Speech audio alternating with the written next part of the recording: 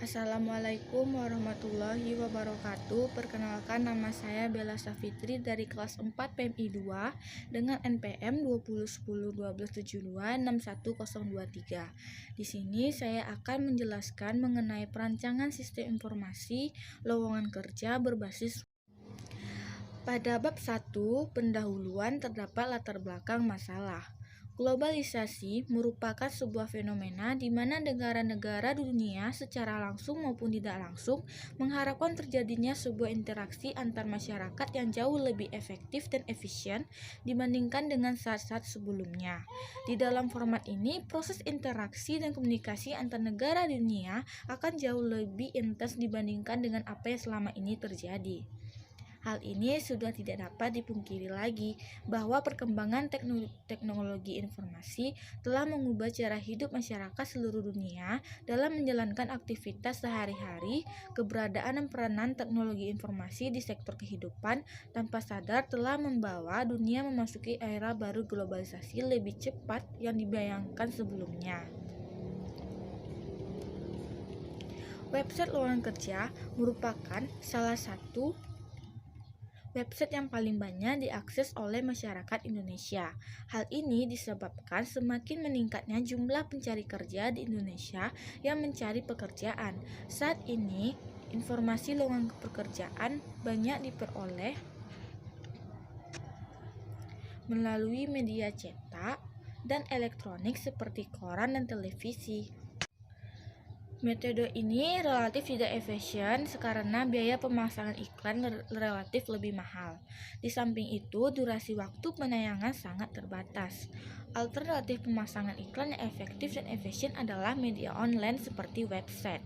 Alternatif ini relatif lebih murah dan tersedia setiap saat, kapanpun dan dimanapun. Kepada pengguna internet yang semakin meningkat sehingga alternatif itu menjadi pilihan yang terbaik. Media online ini mempertemukan kebutuhan pemasangan iklan lowongan pekerjaan dan para pencari kerja yang sesuai dengan keinginan dan syarat-syarat yang ditentukan perusahaan.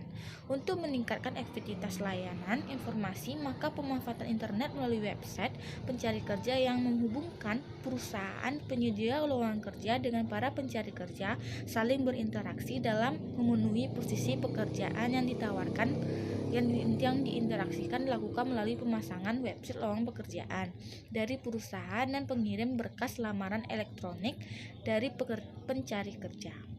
Di samping itu, perlu diberikan informasi dan pengumuman penerimaan pegawai baru seperti tes tulis, wawancara, dan pengumuman akhir. Selanjutnya, perumusan masalah. Sesuai dengan latar belakang di atas yang telah dilaporkan, maka rumusan masalah yang dapat kita kaji adalah 1. Apakah dengan merancang desain sistem lowongan kerja dapat mempermudah pencari kerja dalam mengakses informasi yang dibutuhkan? Yang kedua, bagaimana membuat rancangan bangun sistem pencari kerja berbasis web sebagai sarana yang memudahkan dari kedua belah pihak? Selanjutnya, ruang lingkup masalah. Mengingat begitu luasnya permasalahan yang ditemu dalam penulisan ini, maka penulis membatasi masalah yang akan dibatasi, yaitu 1. Website akan membuat informasi lowongan kerja dalam beberapa kategori. Yang kedua, website akan membuat informasi kualifikasi atau persyaratan yang ditentukan perusahaan. Yang ketiga, bahasa pemrograman yang digunakan dalam sistem ini adalah PHP dan database yang digunakan MySQL. Selanjutnya, hipotesis. Sejalan dengan perumusan masalah di atas bahwa masih terlihat ada kekurangan menjadi masalah dengan adanya sistem baru dengan dugaan sementara penelitian. 1. Dengan dibangunnya sistem informasi yang baru dapat memudahkan pencari pekerjaan.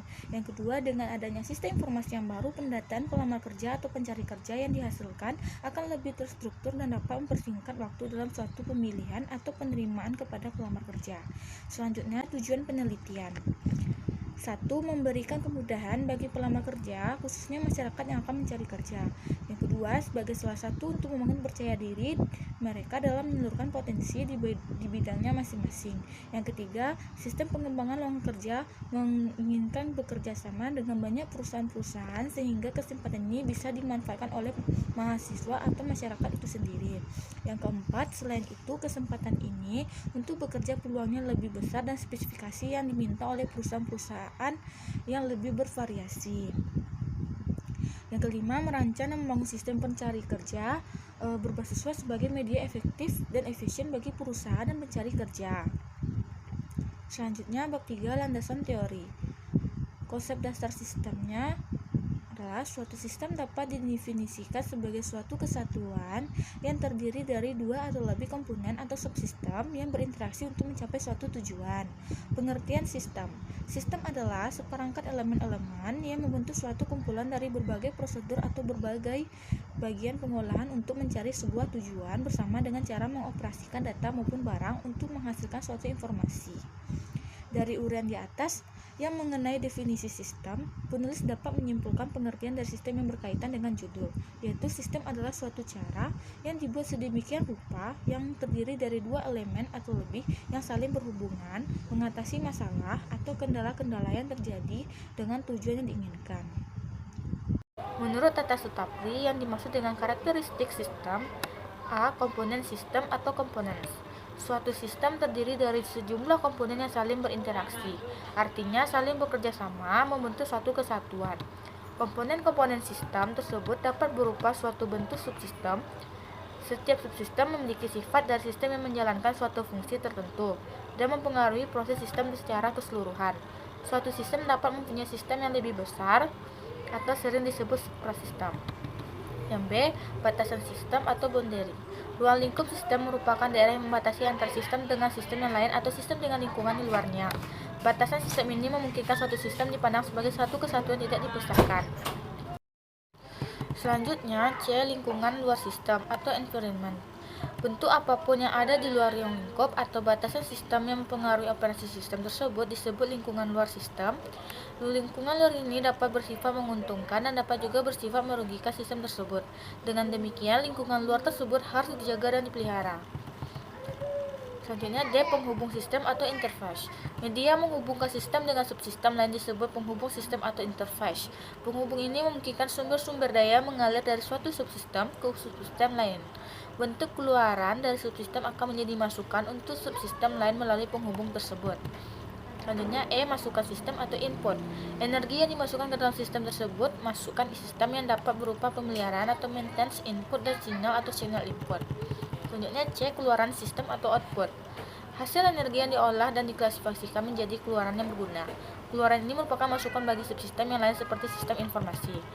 Selanjutnya, G. Pengolahan sistem atau proses. Suatu sistem dapat mempunyai suatu proses yang akan mengubah masukan menjadi keluaran. Selanjutnya, H. Sasaran sistem atau objektif, yaitu suatu sistem yang memiliki tujuan dan sasaran yang pasti dan bersifat deterministik. Selanjutnya, pengertian informasi. Informasi adalah data yang telah diolah menjadi bentuk yang memiliki arti bagi si penerima dan bermanfaat bagi pengambilan keputusan saat ini atau mendatang. Kegunaan informasi adalah untuk mengurangi ketidakpastian dalam proses pengambilan keputusan tentang suatu keadaan. Informasi yang digunakan di dalam suatu sistem informasi umumnya digunakan untuk beberapa kegunaan. Informasi digunakan tidak hanya oleh satu orang pihak dalam suatu organisasi. Fungsi-fungsi organisasi: 1. Untuk meningkatkan pengetahuan bagi si pemakai. 2. Untuk mengurangi ketidakpastian dalam proses pengambilan keputusan pemakai. Yang ketiga, menggambarkan keadaan yang sebenarnya dari sesuatu hal. Kualitas informasi sangat dipengaruhi atau ditentukan oleh beberapa hal. 1. Akurat, berarti informasi harus bebas dari kesalahan-kesalahan yang tidak bisa atau menyesatkan. Akurat juga berarti informasi harus jelas mencerminkan maksudnya. Informasi harus akurat karena dari sumber informasi sampai ke penerima informasi kemungkinan terjadi gangguan yang dapat merubah atau merusak informasi tersebut. Yang kedua, kesempurnaan informasi. Untuk mendukung faktor pertama di atas, maka kesempurnaan informasi menjadi faktor penting di mana informasi disajikan lengkap tanpa pengurangan, penambahan, atau pengubahan. Yang ketiga, tepat waktu. Berarti informasi yang datang pada penerima tidak boleh terlambat. Informasi yang sudah usang tidak akan mempunyai nilai lagi. Karena informasi merupakan landasan di dalam pengambilan keputusan. Bila pengambilan keputusan terlambat, maka dapat berakibat fatal bagi organisasi. Saat ini mahalnya nilai informasi disebabkan harus cepatnya informasi itu didapat sehingga diperlukan teknologi-teknologi mutakhir untuk mendapatkan, mengolah, dan mengirimkannya. Yang keempat, relevan. Berarti informasi tersebut mempunyai manfaat untuk pemakainya. Relevansi informasi untuk tiap-tiap orang berbeda-beda. Yang kelima, mudah dan murah. Saat ini, cara dan biaya untuk memperoleh informasi juga menjadi bahan pertimbangan tersendiri. Bila mana cara dan biaya untuk memperoleh informasi sulit dan mahal, maka orang menjadi tidak berminat untuk memperoleh atau mencari alternatif substitusinya. Biaya mahal yang dimaksud di sini jika bobot informasi tidak sebanding dengan biaya yang dikeluarkan. Dan melalui teknologi internet, saat ini ruang atau perusahaan dapat memperoleh informasi dengan mudah dan murah. Selanjutnya, pengertian sistem informasi. Sistem informasi adalah sistem pengolahan data menjadi sebuah informasi yang berkualitas dan dipergunakan untuk suatu alat bantu pengambilan keputusan yang menurut Muhammad Subhan dalam bukunya yang berjudul Analisa Perancangan Sistem. Sistem informasi merupakan kumpulan data yang diolah menjadi bentuk yang lebih berguna dan lebih berarti bagi yang menerima. Tanpa suatu informasi, suatu sistem tidak akan berjalan dengan lancar dan akhirnya bisa mati. Dengan kata lain, sumber dari informasi adalah data. Selanjutnya, pengertian data. Menurut Suharsignana Tripunto, dijelaskan bahwa data penelitian merupakan segala bentuk fakta dan angka yang bisa disajikan bahan untuk menyusun dan suatu informasi, sehingga fakta dalam bentuk apapun nantinya bisa dijadikan data untuk penelitian dan sumbernya sendiri bisa dari sumber manapun yang terpercaya.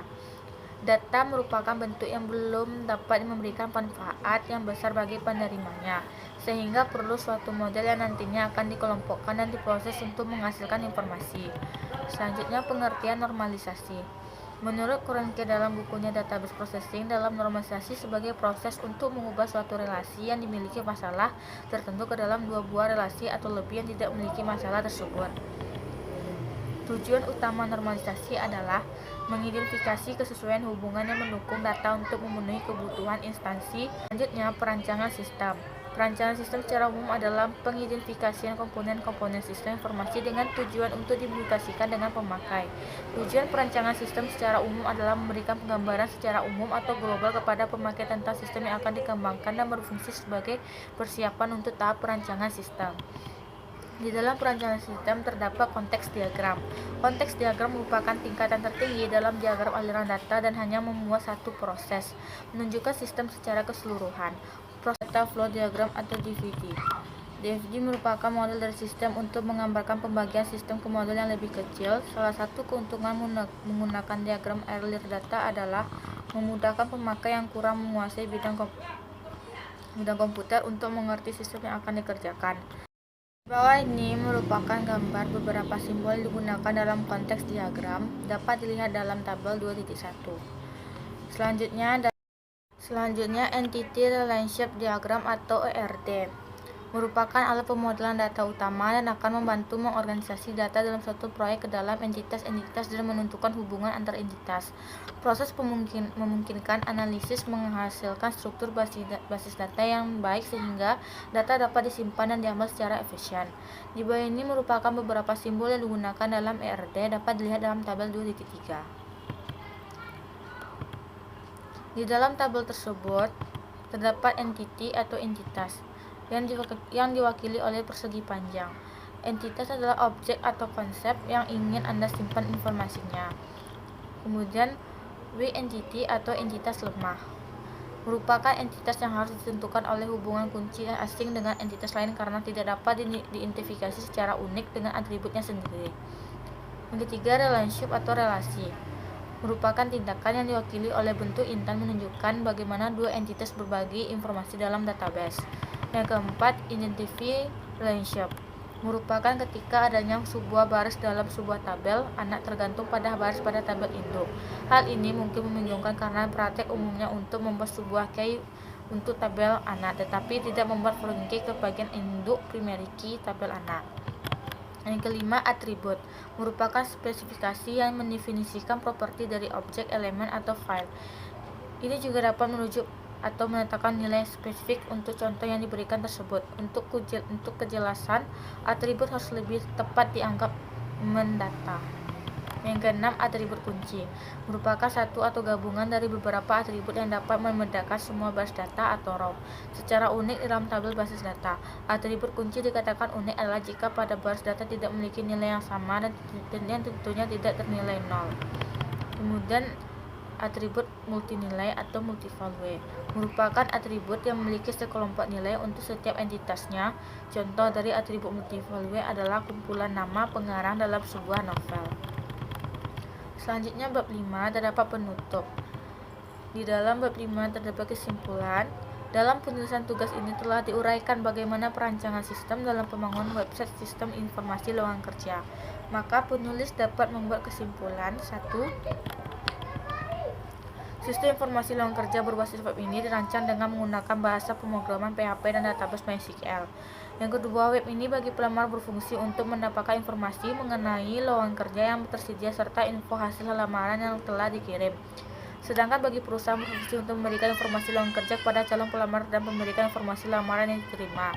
Yang ketiga, website lowongan kerja ini adalah sarana informasi online yang bisa diakses oleh siapapun juga, baik dari pihak domestik masyarakat Indonesia maupun masyarakat dari mancanegara. Yang keempat, sistem informasi berbasis web ini menyediakan menu administrator untuk keperluan manajemen dari website. Pengguna di sistem ini adalah admin itu sendiri. Selanjutnya, keterbatasan sistem. Dari penelitian ini terdapat beberapa keterbatasan yang menimbulkan gangguan dan kurangnya hasil penelitian ini. Keterbatasan yang terdapat dalam penelitian ini antara lain mencakup hal-hal sebagai berikut. 1. Keterbatasan literatur. Hasil penelitian sebelumnya yang masih kurang peneliti didapatkan, sehingga mengakibatkan penelitian ini memiliki banyak kelemahan baik dari segi hasil penelitian maupun analisisnya. Yang kedua, keterbatasan waktu, biaya, dan tenaga sehingga membuat penelitian ini kurang maksimal. Yang ketiga, keterbatasan pengetahuan penulis dalam membuat dan menyusun tulisan ini sehingga perlu diuji kembali keandalannya di masa depan. Yang keempat, keterbatasan data yang digunakan dalam penelitian ini membuat hasil kurang maksimal. Yang kelima, penelitian ini jauh dari sempurna, maka untuk penelitian berikutnya diharapkan lebih baik dari sebelumnya. Selanjutnya, saran.